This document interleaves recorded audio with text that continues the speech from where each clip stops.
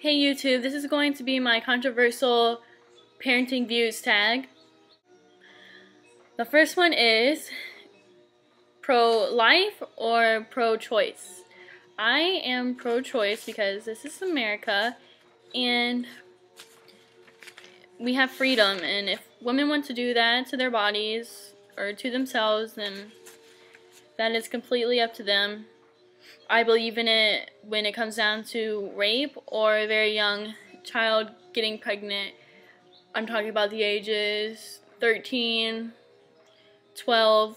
It does happen. I also believe in it when people don't have the right living environments, as in they live with people that do drugs. The father is a drug dealer or does lots of drugs.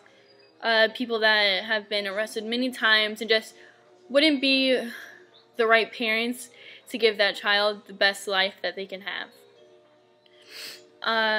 So I do not believe in abortion when you just don't want to get pregnant because, or don't want to have a baby because you are selfish and just want to keep partying, or you just don't want it to happen because you're too immature. The second one is baby wearing. Yes, I'm completely for baby wearing.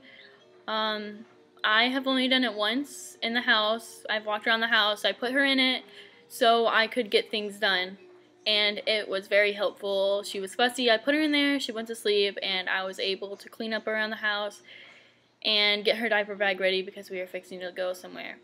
I keep meaning to bring it so I can use it in public because I always see someone using it in public, and I'm like, dang it, that would be so useful right now because I forgot the stroller and I wish I had it. So I probably need to start bringing it in the car with me so it's always there and I never forget it. Number 3 is circumcision. That is one of the things. I do not have a son, so I don't believe I can completely go all out on my opinion on this because I've never been through it. But if I had a son, my opinion right now is I would not do it. I do not get mad at people that do it. I do not. That is their decision. I respect people that do it in the terms of religion because that is just what they practice and that is what they go by and that's what they believe is right. The only reason why I wouldn't do it is because I'm not a boy. That probably hurts really bad, so that is completely up to Caesar whether if we have a son one day, if he wants to get them circumcised, then we'll get it. If he doesn't want them to get circumcised, then we won't. It's not really a big thing to me.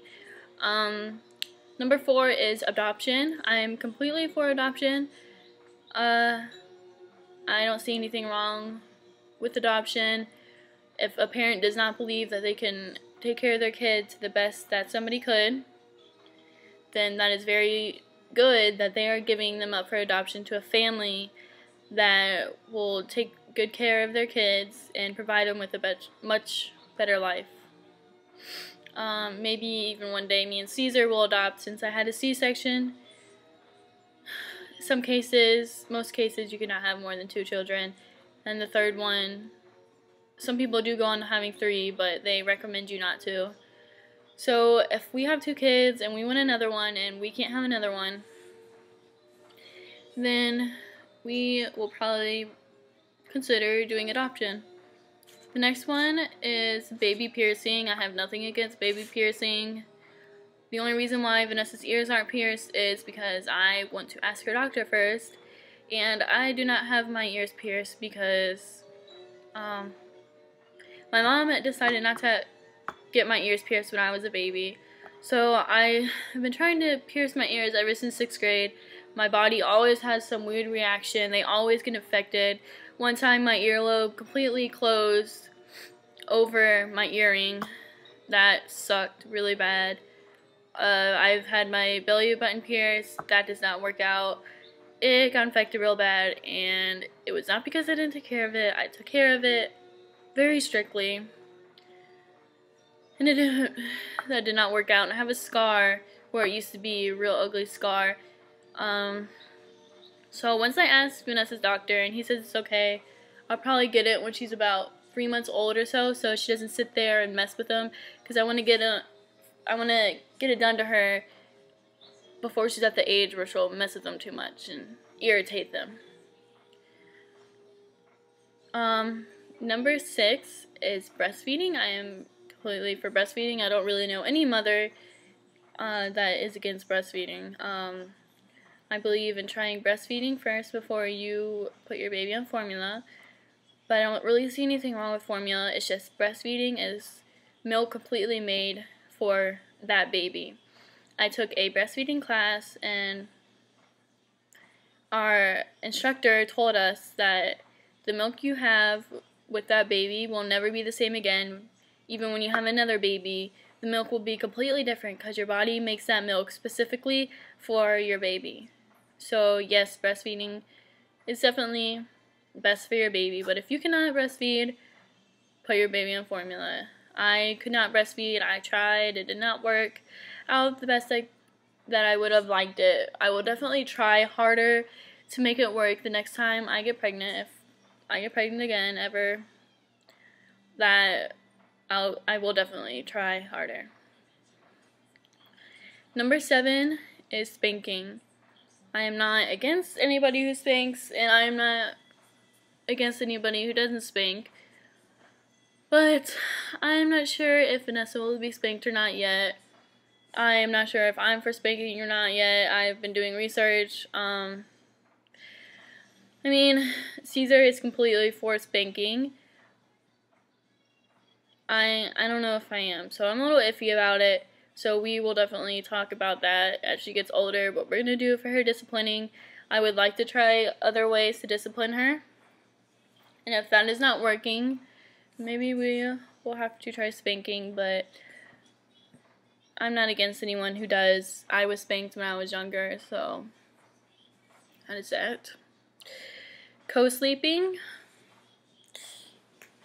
I am not really for co-sleeping. Everyone has their reasons why they choose co-sleeping. I'm not against it, but I would never do it.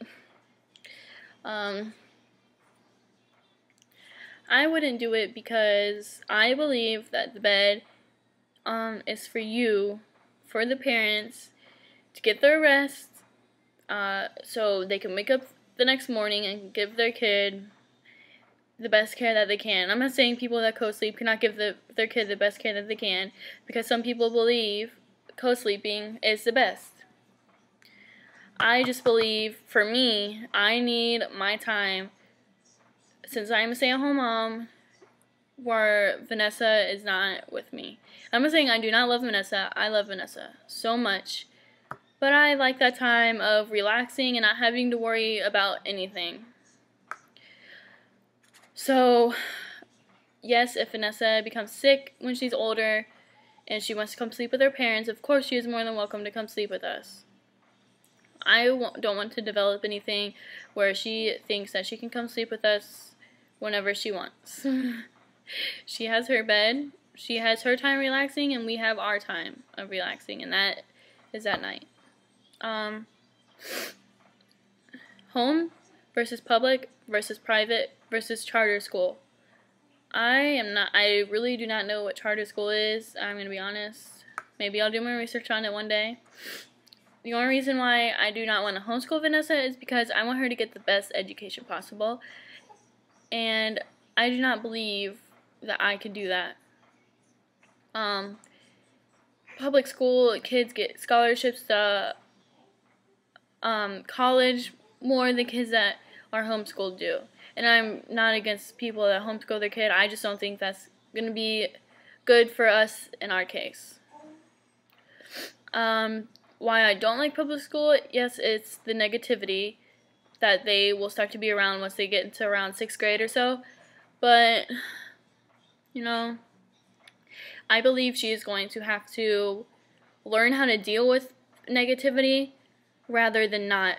Because when she becomes an adult, she's gonna need to know how to deal with peer pressure and how to deal with it, because I don't want her not going to public school, and then when she gets into the real world or any situation, she will just not know how to deal with it and make the bad decisions. I believe I have to trust her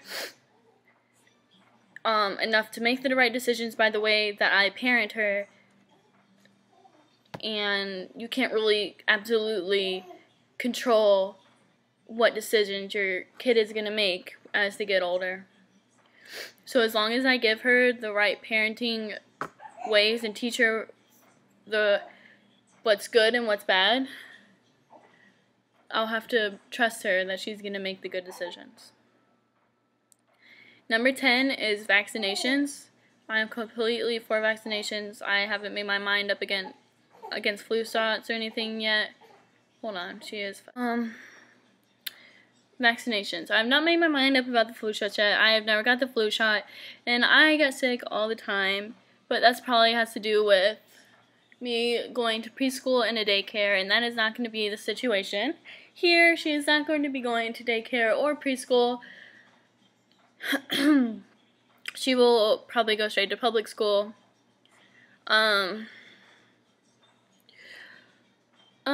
I believe if you trust your child's pediatrician, which you should, and if you don't, you should switch pediatricians, obviously.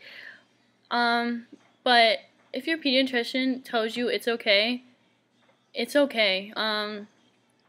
I always ask her pediatrician, would you do this to your kids? Would you recommend it for your kids? And if he says yes, he does it for his kids, then it is most likely a good decision, because doctors know the bad of everything. They hear about everything. If they're going ahead and doing it for themselves or their kids, I believe it is a good decision and it's the best decision. I trust my pediatrician, so that is why that's my decision. I'm not against anyone who doesn't believe in vaccinations, but this is just me. Number 11 is medicating children. I'm going to say the same thing I did last time. I trust her pediatrician. If he is telling me she needs a medication, I will give it to her. And her pediatrician does not just put her on a medication. He will tell us to do other things. Medication is only if she absolutely needs it. We don't just give up and put her on medicine. Number 12 is cloth versus disposable diapers. I haven't really done my research on cloth diapering. Sorry. I've seen lots of moms on YouTube that do the cloth diapering. Maybe I'll do it for my next kid, but I didn't really know much about it. So Vanessa is using disposable diapers, and we are doing fine with that. Number 13 is the cry it out method.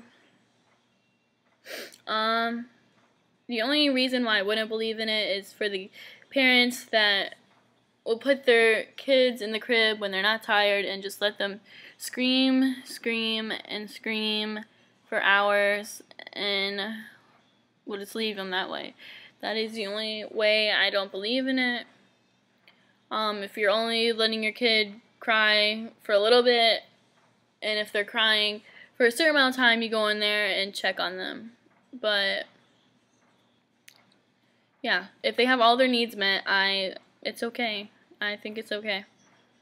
Maybe one day we will be trying it with Vanessa, and I understand some families, it doesn't work for everybody. Different things work for different kids and parents. So we will try it because we are starting to put her in her crib. I still think she's a little too young for the cry it out method because she's still a newborn. She's only 7 weeks old. She doesn't need to be screaming that long, because if you let a newborn just cry, it's not going to get any better because they don't know how to soothe themselves. So I don't believe in it yet, so I'm not doing it yet. But if she is still not sleeping in her crib by 4 months old, we will definitely try it. And that is it.